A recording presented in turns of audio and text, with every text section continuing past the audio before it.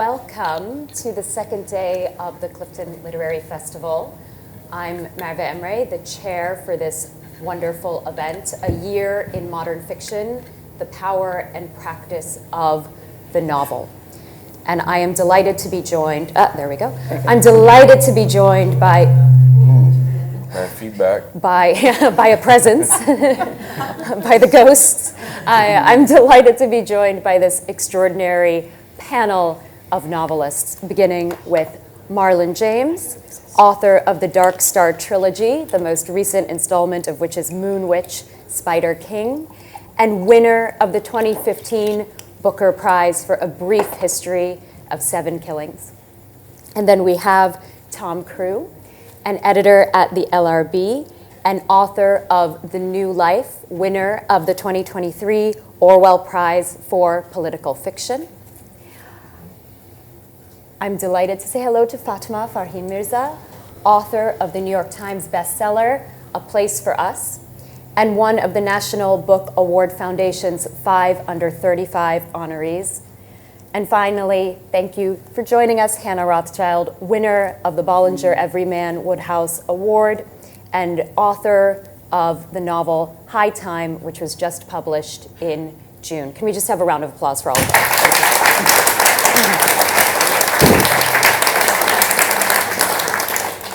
So when I was thinking about how to bring these four very different novelists into conversation with one another, I thought the four of you are all writing across extremely different genres.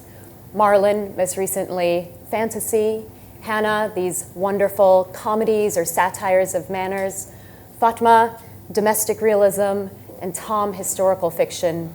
But you're all interested in how the past can be felt in the present, and the role or the relationship between the novel and history.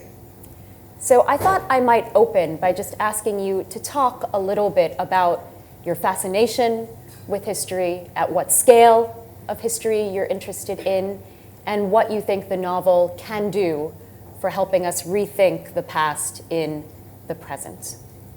And Tom, could I start? I'm so sorry. You looked the most nervous, so I thought I would start with you. It's a bad teacher's habit. Go ahead. Well, thank you everyone for coming. It's nice to see so many of you.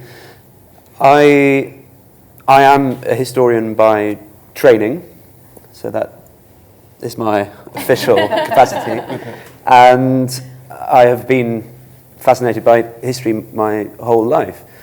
And it is, I think, maybe a heightened version of the novelist's impulse to explore another consciousness, another situation, another life. And history is the biggest version of that we have available. So to me, it seemed very natural to engage with the past. And my novel is set in the 1890s, and it's loosely inspired by two real historical figures who together wrote the first book in English about homosexuality, arguing that it should not be seen as a crime or held to be a crime, and what happens when that noble ambition runs into the Oscar Wilde trial. And I suppose with the Oscar Wilde trial, what I wanted to do was actually push that big historical event out of the center of the picture and look at what is left behind. And I think that's often an interesting way for a novelist to engage with the past, to see what we see when we don't see the big thing, when we can refract history experience through a different lens. I don't know if that's the right metaphor.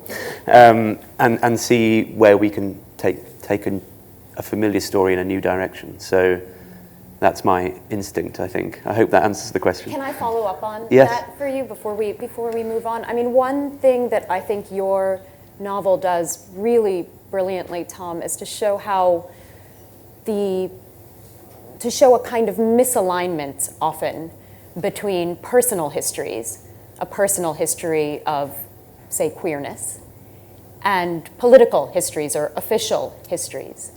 How did you think about bringing the individual and the political, or the individual and the social, into contact with one another as you were writing this novel?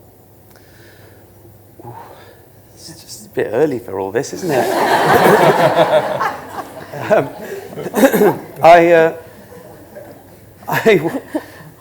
I wanted to, yes, to see these big historical themes playing out in individual lives, but also to actually consider the relationship between the individual personality and political beliefs, where it's possible to actually act on those beliefs and how far one is able to do that to try and fulfill a social good while remaining a good person or a decent person.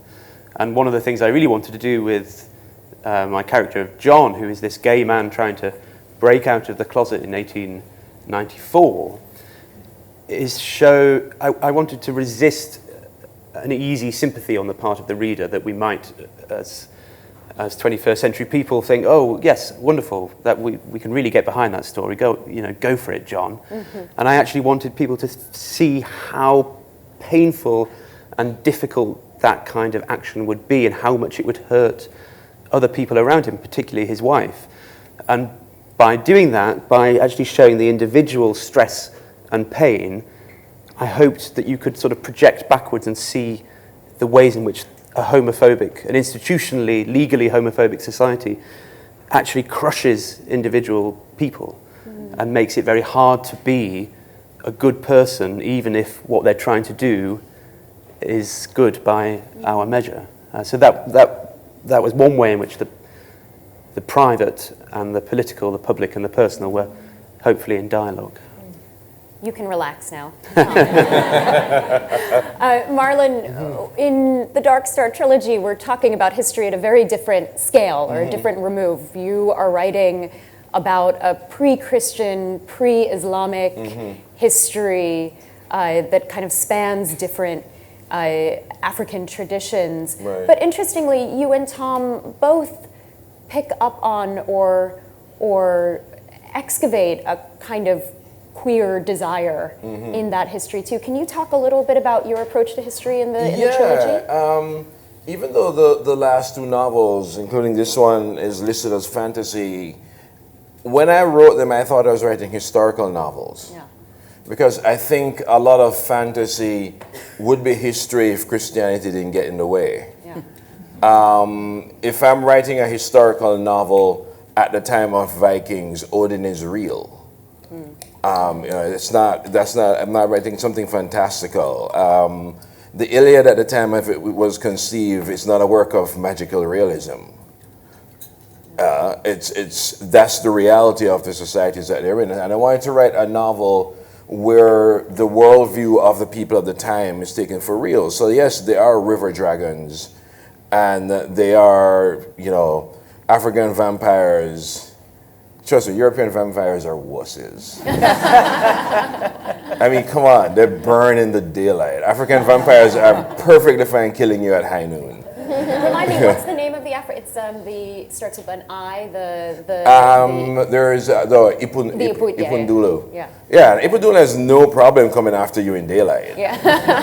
Yeah. So, but so to write this is also to sort of let go of a worldview that I grew up with. I grew up, I had a very British colonial education, which I realized is not the same as a British education. I came here and realized, oh my God, I sound like the butler. But that's a whole other thing. But I still had to approach it like I was writing a historical novel. I mean, when I was writing Moonwitch, I had two novels on my desk the whole time. Beloved by Toni Morrison and Wolf Hall by Hilary Mantel. And both of those writers are kind of my guiding stars when I'm writing. A lot of Moonwitch is actually about the drama of an imperial court. Right. And the jealousies and the backbiting and the backstabbing that happens. So it might as well being called Tudor's Black version. Yeah. But it's also, for me, and when I read Tom's book, I kind of picked up on that as well, that a historical novel can also be a response to erasure. That you know, and it's certainly in my book, the funny thing is I didn't set out to make them queer. I was just doing the research and I was shocked by what I was finding. Because if you read any recent news about Uganda or so on, you hear all these really draconian and just downright, honestly, you know, just villainous approaches to homosexuality and prosecuting it and so on. And if you go back in the narrative, queerness was always there. There are certain African traditions where there are 14 genders. You know, the shoga is kind of a derogatory term now, but it wasn't in the past. If I'm transporting my pure virgin daughter across thousands of miles to be married, I will trust the shoga guards because I know they ain't sleeping with any woman. So I know, well, you know, I don't have to worry about any elopement there. And even and it was funny how even in the indoctrination of sex and sexuality and for straight people, it was actually taught mostly by queer people. Which just blows my mind that gay people are teaching straight people how to have sex. Yeah, ponder that for a second. Since time immemorial, Yeah. gay people have been teaching straight people. Yeah. Sex. So, but more than that, it was to me the thing that this had in common with the actual historical novels that I write is not just Erasure, but I think the novel, you know, I think there are things that Wolf Hall can do that A History of the Tudors can't. You know, it can illuminate the private life. It can illuminate the interior life. It can illuminate the characters who don't make history books, but whose lives are, and the historical novel is in a way an argument that those lives are just as important, just as epic, and as much, if they didn't cause history, they're caught up in the sweep of it, and that's important as well. Let me ask a follow-up question. So I'm glad you mentioned Morrison, and I'm also very glad you mentioned the Iliad, because both of those are, you know, the Iliad in a very direct way, Morrison in a more aesthetic way, both of those are very invested in the idea of oral storytelling. And Beloved, of course, ends with, this was not a story to be passed, to be passed down. And your novels, too, have a kind of feeling of orality to them. You feel as if you were listening to someone telling a story. They're framed that way. Tell me how you think about the role or the relationship between the oral and the written in the historical novel or in historical Yeah, it's funny you say that because I mean, I write novels to be read aloud. Which is one of the reasons why I actually spend a lot of time. I audition the people. I audition the readers for my audiobook. And it's something I never thought about it actually until I met somebody here. It was a Society for the Blind, and he came to visit me. And he mentioned, you know, people forget that blind people read books. And in the past, one of the great things the libraries used to do is that they would read the book in cassettes for their blind readers. And not only that, he also mentioned something I didn't think about, that he was actually thanking me for not depending on visual details all the time. Because if I've been blind all my life, that little black dress that you're trying to drop a dozen metaphors in means nothing to me. When I teach a class, the first question I ask, I walk in, I go, I've been blind all my life, explain red. And the funny thing is, adults can never do it. You know who does that instantly? A 4-year-old. So I asked a 4-year-old, I've been blind all my life, explain red. And he's like, well, I would say pink is pink, but red is red. I said, there you go. I'm not completely forgotten where I was going with this point. Well, let me pull on something you said for Hannah, which is the little black dress. You know, Hannah, you come from a film production background. I imagine some of what Marlon is saying about orality and about hearing things resonates with you. Your novels about sort of intergenerational aristocratic conflict have a very particular sound to them. And I wonder how you think either about this question or about the larger historical question that I opened the panel with. Can I start with the larger historical? Of course you can. Thank you. Of course you can. So, like Tom, I was a historian by training, and then I made documentaries for the BBC for embarrassingly long time, about 30 years. So I was very much seeped in fact, and fact was the thing that shaped me, and fact was the thing I was interested in. And then my first book, which actually was a biography, obviously non-fiction, was set in the world of bebop jazz with real protagonists like Thelonious Monk and Charlie Parker. So, you know, there, obviously, I wanted to write about what happened, and frankly, there was enough drama, for want of a better word, in their world. You did not need to make anything up. In fact, you almost needed to take things out so that it became, you know, believable because of, you know, what happened in their lives. At the same time, though, you know, fiction does free you from various constraints, quite obviously, and it also, as both of you have said, it enables you to look at characters which might be, I suppose, not pejoratively, it might be bit part characters or minor characters, and you can bring them into the fore. But really, history is still at the basis. So my first novel, The Improbability of Love, was about the art world. I really love the art world. I know about the art world. It's my milieu for many, many, many years. But actually, you know, you tend to focus, obviously, on artists or collectors or the main players. Why not, which you can with a novel, like a soup? You can bring in all sorts of other things, and you can bring in themes, and you can play with time. You know, I have a picture who narrates its own history. You know, you can't do that, obviously, in a documentary.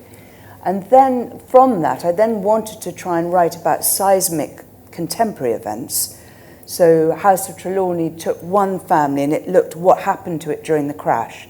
So the crash we tend to think of as Lehman Brothers or Obama or something. Well, let's see what the effect really was on one family. And then I wanted to look at 2016 and the rise of Trump and Brexit, etc., again through the same family who I'd got quite interested in, and rather like you, I have a plan for a third one. The thing I forgot, though, is if you're interested in history, which I am, and the next one I want to write about AI and ChatGPT, I've got to wait for about 10 years to get perspective because I don't understand what it's about yet. I don't think any of us really do. So suddenly I've actually timed myself out or forward. But it's picking up on other things. So why did I set it in aristocracy? I set it in business because I work in business. Well, I set it in the aristocracy because I guess I understand the world of butlers and black dresses. You know, and you might as well write about what you know about. I do something slightly different, which is I make fun of people. It's satire.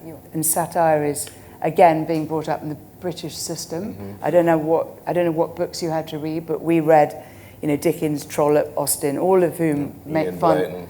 Exactly. Well, that's where I learnt to read, by the way. Did you say Enid Blyton? Yeah. So kind of that's the thing. You know, I wanted to have a bit of fun. I tried to be funny, you know, etc. Thank you. Yeah. So yeah. So I guess for me, it's like these are my traditions, and they're just all kind of coalescing. I hope in what I write. Well, what you say about bit players is interesting. I was thinking about this as all three of you were speaking, that for Tom, it's not Oscar Wilde, but it's Havelock Ellis. Right? Yeah. Marlon, for you, it's not the Tudors or it's not Odin, but it's Tracker. Mm-hmm. For you, it's Aisha, not right. So talk to me a little bit, Hannah, about what the impulse is to take the bit player and make them the main character. And make them the main character. What does that let us see about either history or the function of the novel that we otherwise wouldn't be able to see? Well, I think to personalize history and to bring it back into what is a kind of understandable experience for all of us, it helps to have a hook. It helps to have somebody, a character who you feel sympathetic towards, or maybe completely not sympathetic. I mean, the extraordinary thing about Succession is that there isn't a single likable person, in my opinion, in that entire series. I mean, you kind of, maybe Tom sometimes, but on the whole he's repulsive, you know, etc., etc. So they don't have to be likable, but you do love you kind of get into their stories. And I think that for a novelist, the advantage is you can hook onto one person who doesn't have to be particular. I mean, you know, it's heartbreaking, Tom, in your book, you know, it's heartbreaking that when they're discussing being an invert, for example. I mean, that word alone, when you hear somebody who's really, really, you know, their heart's been broken and they're living a false life and they're being called this word, and you think there are things like that where, because it's happening to an individual, you know, Aisha in my novel she starts off, you think, oh, spoilt princess, she's got everything she wants, and suddenly she finds out that the whole thing was totally made up, and she has nothing, and she is nobody. And and the thing she has is an art history degree, which, let's face it, is not going to get you terribly far necessarily, unless you're Katie. But no. So I wanted to personalise. I think you can personalise history through individual stories. Fatma, that idea of having nothing or of being nobody, for those of us who write about or who are familiar with either the Indian or the Middle Eastern diaspora to the US in the 70s and 80s, know that feeling of being immigrants and coming and feeling like you have nothing and you are nobody and trying to figure out what to make of it. And your novel is interested in this more recent history and what its ramifications are into the present. So can you talk a little bit about how you thought about personalizing history or rooting it in a family story? Yeah, so I think history does definitely put pressure on the page, but I never think of it in the way, I guess the way I discover history is through the characters, and it almost makes sense after when you think about the historical context that they're living in. I think of it maybe as like the fingerprints on the present moment, the things that didn't get washed away, that maybe the characters in the previous generations weren't really aware of. Like you said, I write about a family living in contemporary society. I mean, the more we move away from it, the more what they experience does start to become feel historical. Like we were talking in the green room a little bit about the one scene where the character Amar is in the locker room after 9/11. Like the farther I'm getting from writing that, the more it does feel like a moment in time in the past. But when I was writing it, it's 9/11 feels like that moment in the past. And that what he's facing in that moment does feel like an experience of being Muslim in America that's really specific to that moment,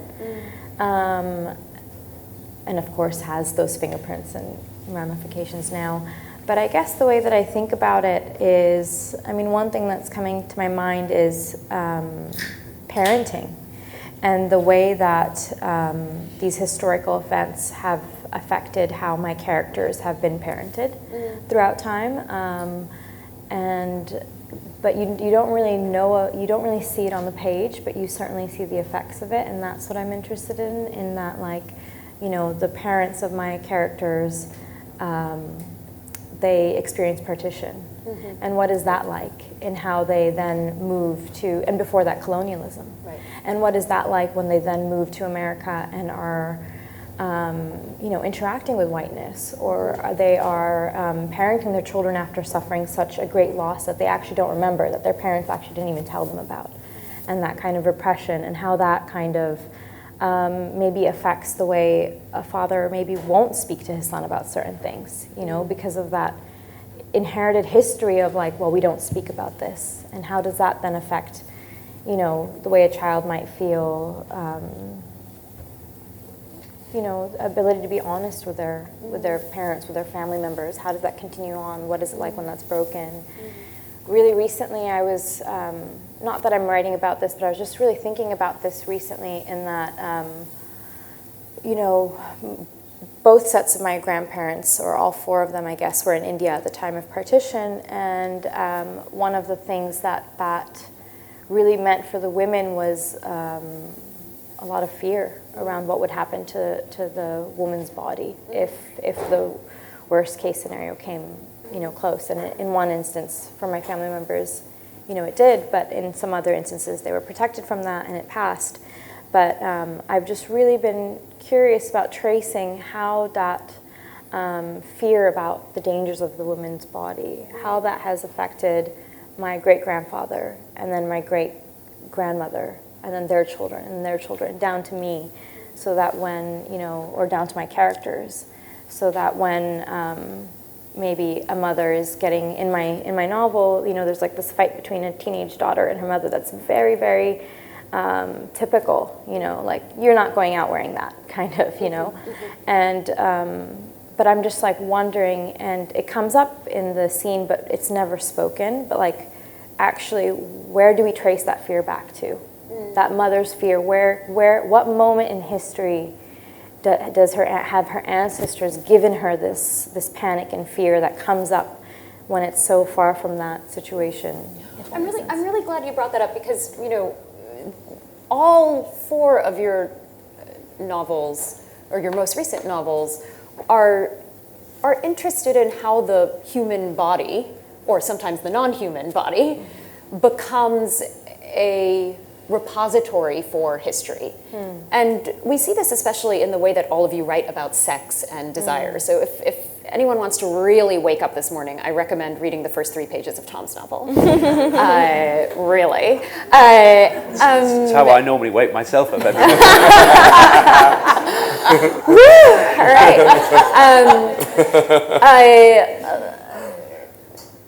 Yes, go on. Where are you going from there? I don't really know what I meant by that either. You've left me entirely speechless. I had a very well-wrought question that has now become overwrought. I wonder if I could ask each of you to talk a little bit about how you think of writing the body as a site of historical desires and of historical repression. So Tom, when Lara Feigl reviewed your book in The Guardian, she described it as the most embodied history that she has read, and I think you sort of see that immediately. Can you start us off by talking a little bit about how you just thought about making the fleshly, about making touch, smell, about making it the site of history, or where history gets felt, as Fatima was saying. Thank you very much. You can be as explicit as you would like to. Well, it's one of those things I wasn't too self-conscious about it as I was writing. I mean, I start with a very bold chapter. Maybe I should explain a bit. The chapter begins with these 2 men pressed very closely together on an underground train. And the chapter sort of unspools over several pages, and it just describes this encounter in minute detail as they get sort of pushed closer together, and so at least one person is having a response. And it seemed a way into the story, because the story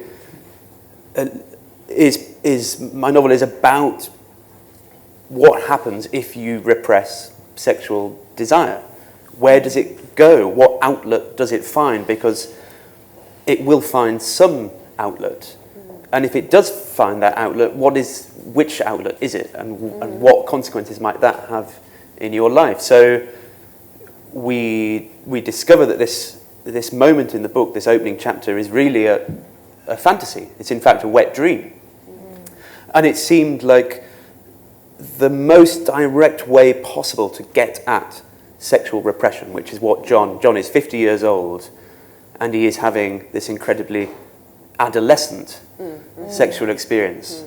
He is waking up with a wet dream in bed with his wife. And it seemed such a direct way of immediately getting at a bigger psychological truth.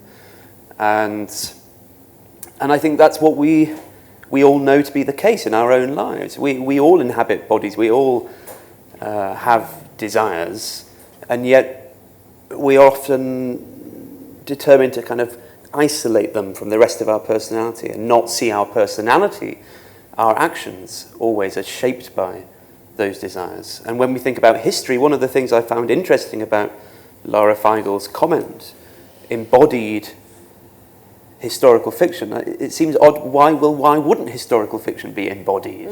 What sort of good writing about the past would not be embodied? Because we all, as I say, have these bodies and these desires. And I think it probably says something about our relationship to history, to the past, that we tend to think about it in terms of dress, costume, buildings, ideas. We externalize the past. We find it easier to read these external clues to what the past was like. And it's actually much harder for us to imagine ourselves back into a historical body, and the ways in which that body, while being the same as our body, is shaped and imprinted by different kinds of experience and different kinds of reality. And so it seems necessary, or it seemed necessary to me, especially telling this kind of story, to work from the body out. Could I just play with that idea a little bit? Because I'm also thinking about how in that first chapter, the body leaves a trace. It leaves the trace of John's ejaculation on the bedclothes that he's wearing. And he's worried, right, that the servants will pick up those clothes and that they will wonder what's going on. Surely they're not in their honeymoon period anymore.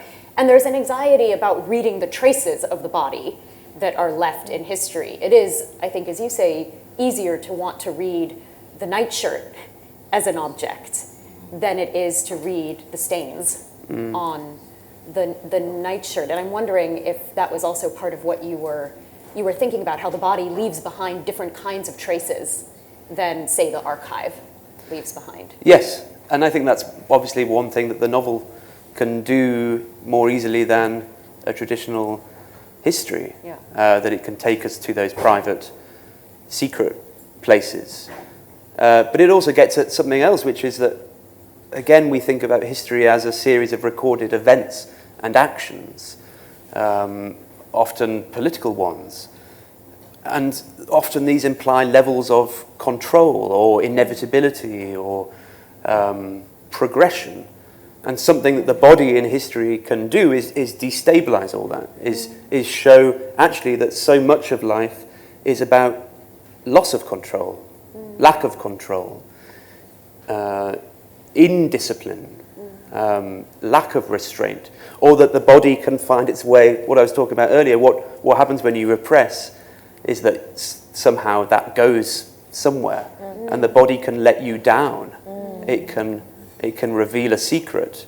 It can reveal a tension, a pressure, and so the body there is in conflict sometimes with ideology, with ideas, and so the trace is like the clue in a murder mystery.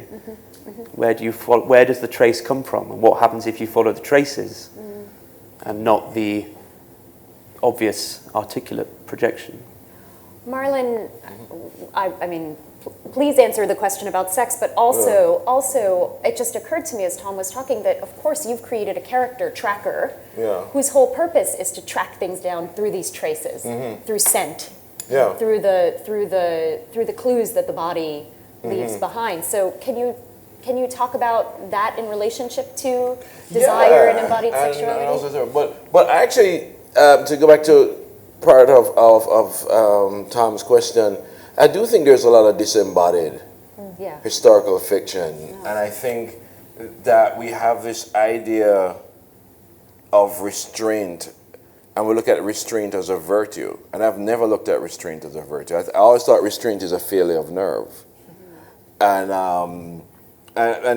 it shows in some of books which shall remain nameless.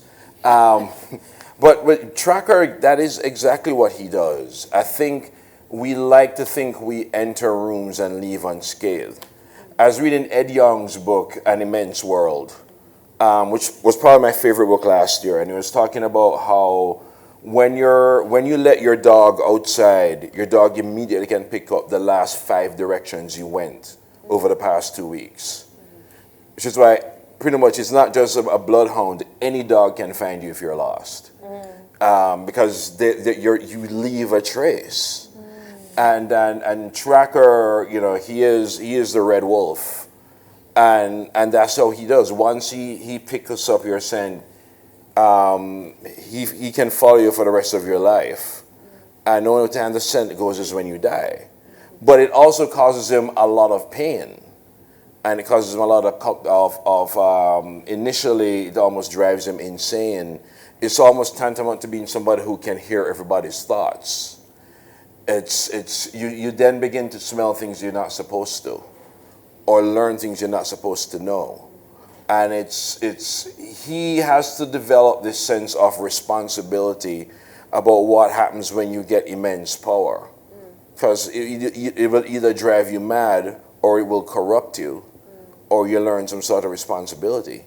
With this novel, with Moon Witch, Sutherland cannot imagine a situation where sexuality is separated from ownership of herself. Right. That it just wouldn't have occurred to her. And when she's in this house of ill repute, and she becomes famous as Forbidden Lily, because everybody keeps saying, it's like I'm sleeping on a cloud when I'm sleeping with her. Well, they think that because she drugs them.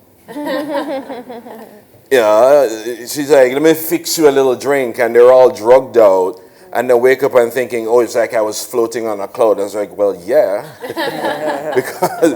And when somebody storms into her into the the whorehouse, and when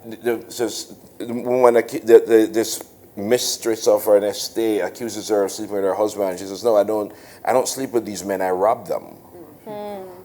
They think they have the greatest time. I have a really fat pocket. Yeah. Everybody's happy. Yeah. But and throughout the book, it's all about doing whatever it takes, no matter what the cost. At one point, the cost is to live with monkeys and other animals for 100 years, because she gets the choice to then no longer have a name. She begins the book with no name, and she's actually happy not having a name. Because every time she has a name, with one exception, it's people naming her. Even Moonwitch is a name given to her. And in terms of, in control of sexuality, I think I may have written the oldest character in a sex scene. She's, I think she's 320 when she has sex with some, 20-year-old man. Good for her. Oh, yeah, go for self, girl. She came, she saw, she conquered. But again, she just simply refuses the dictate of her time, that she should be owned, that her desires should be sort of either subservient or non-existent. People forget, that up to the 1950s, spontaneity was considered a mental illness in women. Can you imagine that? You're in asylum because you're spontaneous. Yeah. And she is willing to pay the price for always calling her her own shots and taking control of her own desires and acting on them only when she wishes to. And so much of what Marlon is saying, the names that women are given, I rob men, I don't sleep with them. For some reason, this is reminding me of the beginning of your book, of High Times. And I'm wondering if what he's saying about the relationship between women owning their desire and women truly having autonomy or freedom over their bodies resonates with you and the way that you thought about creating Aisha. So, well, it does, but can I just start with something else, which is not something I'm particularly proud of, but when lots of things I'm not particularly proud of, this is one of them.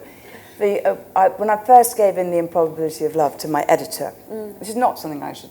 It's absolutely something you should say. Go ahead. Anyway, and she said, this book is great, it's wonderful, and I'm sitting like, whatever, she's so pleased, and she goes, but there's one thing.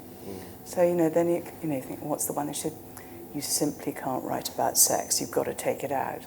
And it was so humiliating, because actually I thought the sex scenes were fine. Yeah. And that's really, I feel like I can't ever write about sex again. Maybe I have to wait till I'm 300 and something, But no, so I feel so ashamed of the fact that actually there's very little sex. But I feel that since that editor said, you've got to take them out, I felt like very difficult about writing about sex. Why would anyone want to take out? Because it was bad. Because it was bad yeah, sex. it was obviously unsexy, but I couldn't see that. Has someone else read it? I'm much too ashamed. I'm much too ashamed. So I admire that both of you can do this in what feels like a very unabandoned and very, very physical and sensual way. I think you're lucky, but I would turn to you on my left, saying that actually one of the things I found particularly touching about your book was when I think it was her daughter persuaded her mother just to lift up her, was it a sari or what was it?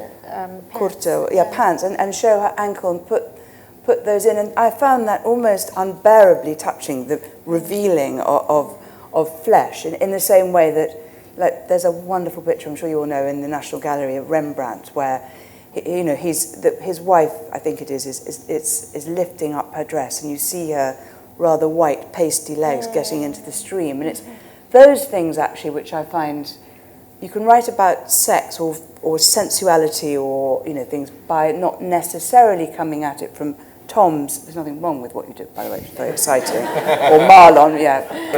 But you can I'm have being repressed. No! Do you know something? As the words left my mouth, I thought, I'm not going to be able to phrase this right. I thought, here we go, we're heading towards cancelling again. But the whole, you know what I mean? We're just bad queers.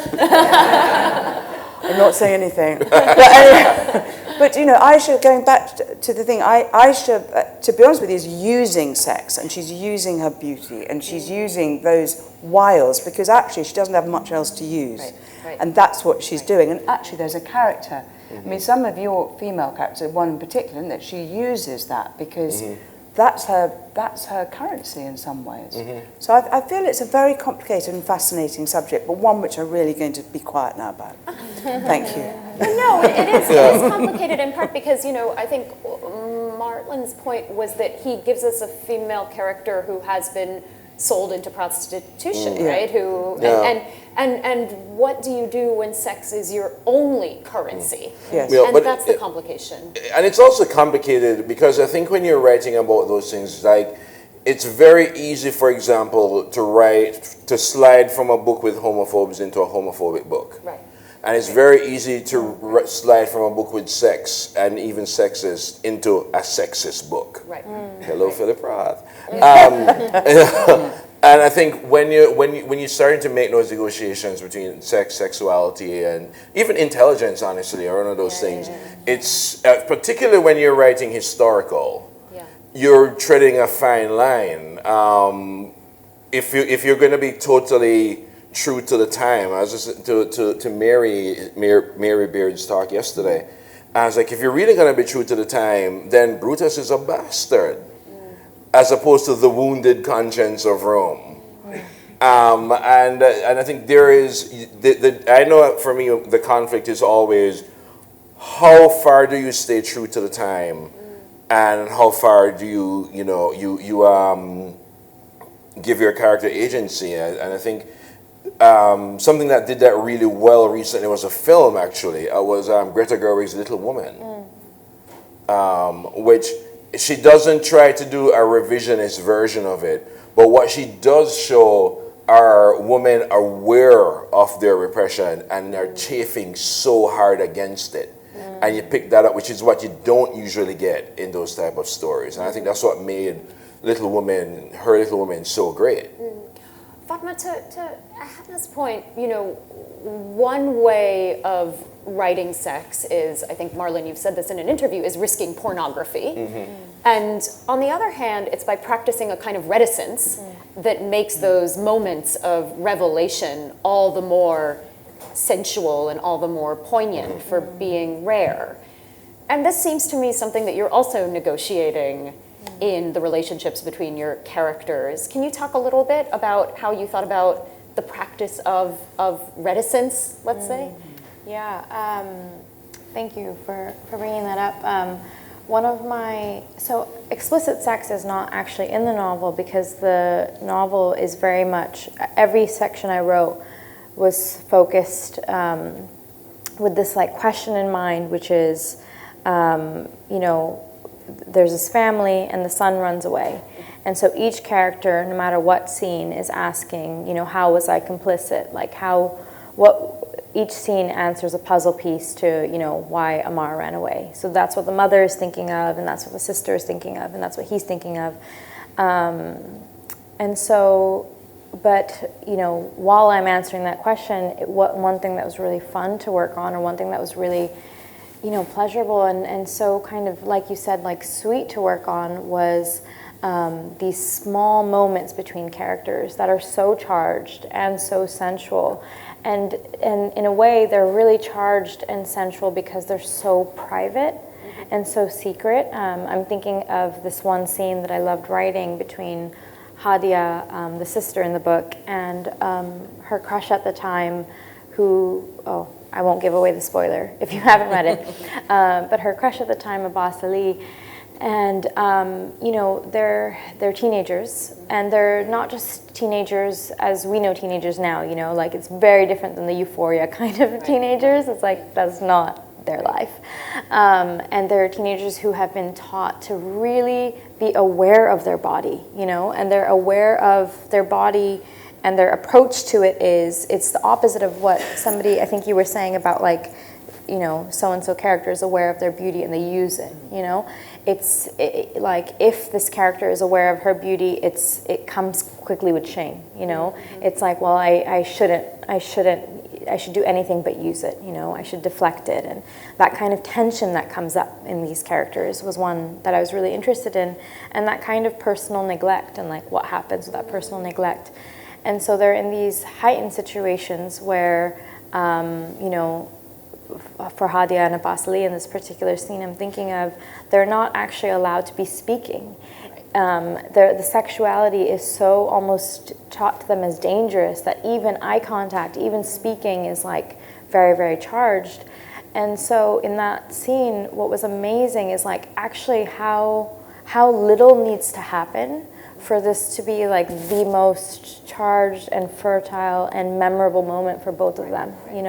It's like a cup that's being passed between them, or it's like a look, or it's and so that was really interesting to see. I think you handle it beautifully, by the way, in that Thank scene. you. It's fantastic. Yeah. That was really interesting to see. I think, Tom, what you were saying is like when something is, approached in a certain way or trying to be contained or repressed, I think is the word that you used, where does that energy go? And it does go somewhere. And in that scene, it was really interesting to see how it goes in these like tiny, tiny details. When it comes to the body, one thing I'm really becoming interested in right now that has actually nothing to do with the fiction itself and the writing itself, or at least I don't think it does, but it's actually like my approach to the body when I'm writing. When I was working on my novel, I started it when I was 18, and at that time I really, and for many, many years until it was done, I really thought that here's my body and here is the brain, and it's like I have to, when I'm writing fiction, I have to like get, my body is, for the duration of the time I'm writing, of course I lived a life, but it's like the body is just this thing that sits in this desk and slaves away for hours after hours after hours. And you're just like taking, it's like almost painful to like take the words out of you because you're approaching your body in such a kind of disembodied way, You're not, I wasn't stopping to stretch or stopping to, all this stuff.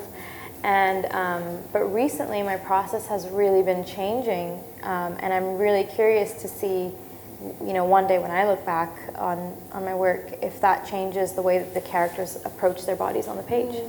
My process has now been changing of like, actually, I don't just go and sit down. Like I need to feel into the scene. I need to stop and breathe and like connect with whatever's coming up in me when I'm working on something, and I'm really curious to see how that's going to affect my characters' relationships to their body.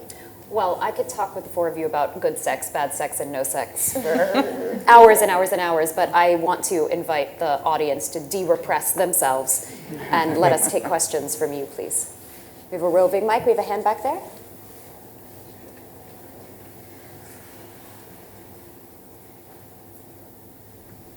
Hi, thank you all so much for this, dare I say, stimulating panel at such an early hour. You dare. Yeah. I just had a kind of more process-oriented question, I suppose. Tom, earlier in your remarks, you said that your novel is loosely based on these very real-life characters in this very significant moment. And for all of you who write, if not historical fiction, but fiction informed by the past, where do you see the boundaries between plot and structure dictated by actual events that we know, the facts, so to speak, and what can be, if not invented, then suggested or speculated about, or even created out of thin air? Shall I start? Please. Well, I think I say at the back of my book that I, as a former and recovering historian, I had a sort of an iconoclastic approach to the past, and having subscribed to all the rules for so long was quite prepared to tear everything up. And I was keen right from the very beginning, before I even wrote a word of the book, to depart from the historical facts, to use these two men and their book as the jumping off point for a story, rather than as, I'm not going to be able to come up with a good metaphor for that, so as the jumping off point. So that required me to think about what I was doing in a different way. I actually don't think you need to justify or legitimize a desire to step away from the facts. The late, great Hilary Mantel was very keen on staying true to the facts, but I don't quite see why a novelist should feel bound in that way. And I say that as someone who's done a lot of time in the world of history. But one of the things I did think that my book could do, by departing from the facts, by pushing my two men into direct conflict with the Oscar Wilde trial in a way they were not in real life, by forcing them to test their idealism against this big historical event and see what happened. What I thought I was doing was actually doing some justice to a historical truth, because what I didn't change was the nature of the society, the nature of the law. I didn't falsify any aspect of the 19th century, what it was like to live in late 19th century Britain. I simply allowed characters that weren't around at that time or died. The basis for my John character died the year before my book begins. And really the book is just an attempt to see, what if that kind of person, John Addington Symonds, who was a proto-gay rights activist, who was becoming bolder and more imaginative and more determined to try and change the law, what if he hadn't died in 1893? What would he have done if he had seen this Oscar Wilde trial and seen the wave of homophobia that came after? And in that way, it's a kind of historical experiment. It's an experiment with truth. You accept some given conditions and you say, what would it have been like if a certain kind of person had acted a certain way in that situation? And in that way, you can reveal, I hope, a historical truth. You've approached it by dodging the facts, but you can get at something real. I mean, what you're saying is similar to what Marlon was saying about the counterfactual history in which Christianity didn't exist, and then, you know, what we treat as myth or fantasy today would in fact be accepted as historical truth, right? Yeah. But for my third novel, I mean, I picked somebody who couldn't have been more famous, Bob Marley. Right, right. And but the thing that attracted me to that particular story was one that outside of Jamaica, a lot of people didn't know, you know, about these boys who tried to kill him. And what attracted me to that story was just the unanswered questions. And also just sometimes these wild facts that just seem crazier than fiction. I remember when a member of Bob Marley's band, she was in Kingston, and she said it was just a normal sunny day, and it suddenly got dark and there was a thunderbolt, and I knew he was dead. And I remember I was in New York with a friend of mine, and they don't really know each other. And I'm sure they didn't know they had the same story until I told them. And she was like, yeah, I was just here in New York, and the sky just got dark, and there was a thunderbolt, and I knew he was dead. And I didn't reveal it until like actually last year at all, because I usually don't tell people who the actual characters are. Right. So with that novel, several of the characters are based on real people. And one, I was sure not to misrepresent them, because some were still alive and could kill me. I remember I changed the names of everybody but forgot the most important name to change. The bureau chief of the CIA, who's known for hunting down artworks. He actually nearly got Miramax shut down because the movie Lumumba mentioned him. And if you've watched Lumumba, you just hear a beep when they say Frank Carlucci. He's dead, he's fine, he's dead. And nobody liked him, so it's fine. But the thing that drew me to that story that's so drenched in fact is what we don't know.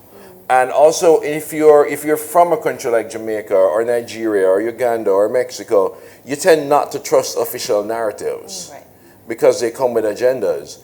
And in Jamaica, I would say I don't trust facts, I trust rumors. So, all the characters in Bob Marley's song "No Woman No Cry" were still alive. It says Georgie met the firelight. So I went up to the mountains and found Georgie, and go tell me what happened. And what I found with that novel is something that Gabriel Garcia Marquez said as well. The crazier parts of my novel are the true parts. Things like, did Bob Marley witness a sort of a mob hanging of one of the people who tried to kill him? Yeah. Did one of the men who tried to kill him phone Bob and beg forgiveness and was forgiven? He was. But what attracted me to tell those stories is, again, erasure. We really don't know, or we didn't know what happened to them. And a lot of it was me guessing. One of the things I didn't do in the novel, for example, is try to explain just why they tried to kill him, because it was so many different stories that converged that anyone could have been in. And I think sometimes a historical novel, a lot of really good historical novels actually don't try to answer questions. They just try to render them more clearly. But I didn't think it was my job to answer the questions, but it was definitely my job to present them more clearly, and I think that's what I did. Hannah, what do you think about Jake's question, given the shift that you made in your career from making documentaries to writing novels? By the way, the night Charlie Parker died, there was supposed to be a flash of lightning and a clap of thunder. Really? So lots of people heard it, yeah. Oh. So that's just thought I'd just put that in there. I love the question, and I think it's absolutely spot on. In this book, I write, and I tied myself up in knots. I write very specifically about real events in real time. So it's 2016, including market variations and the rise of the pound, or the fall of the pound. And I wanted to explain what cryptocurrency was. I wanted to explain what short selling was, and all these things are absolutely vital to the plot. Great, but then, unfortunately, because it's so recent, you've got to be very accurate. And because part of my life I work in finance, if I'd walked into a boardroom and I got something wrong, it would have been quite bad for me and for the company that employs me. So I was very, very, very, very specific. And actually, having listened to Marlon now, read some of your latest works, I'm thinking, God, fantasy, yeah, I can go there. I don't know, maybe you're saying you have to actually base something. And, but I'd imagine that Fatima too, you were writing about the recent past. You've got to be quite specific, I don't know. I mean, I think it's just a matter of for me, it was just being aware of when things were happening and how old the characters were at the time, and and how that might have affected them emotionally if I'm entering a scene that follows something like that. But I wasn't dealing with history in quite the same way. But are you saying you can explain to me what cryptocurrency is? Yes. Okay. Because my attitude toward it was, I will never learn, and then it will all explode, and it won't matter anyway. So, and I've done all the hard work for you, by the way. Oh my God, definitely get that book. We have a hand over there. Yes. Yeah, thank you. I'm just interested why you're kind of talking about having to be so precise about history in non-fictional fiction, or fictional non-fiction fiction, or whatever the novel is, whatever we want to call it, when really the novel is perhaps much more about the absences within history and how the absences of our knowledge of history affects the characters. So I'm interested in how a kind of, you were saying, Marlon, about, a Jamaican British education is very different from a British education. The fact that we're not taught anything really about slavery. A whole generation wasn't taught about slavery in the 1960s in Britain. We weren't taught about the cultural benefits of the EU. So, in a sense, there's infinite history, but it's very partial, but it's about the absences of history and how that affects the characters. I wonder if you could talk about absence in history a bit. I mean, it's funny because most of the times when I visit colleges, I actually visit their history departments English departments never invite me. I don't know why. Because I do follow history and I respect it, and I do follow the work of current historians, particularly about Caribbean and African affairs. So, but I do think that there is. You do expect a certain kind of, I guess, narrative truth in fiction.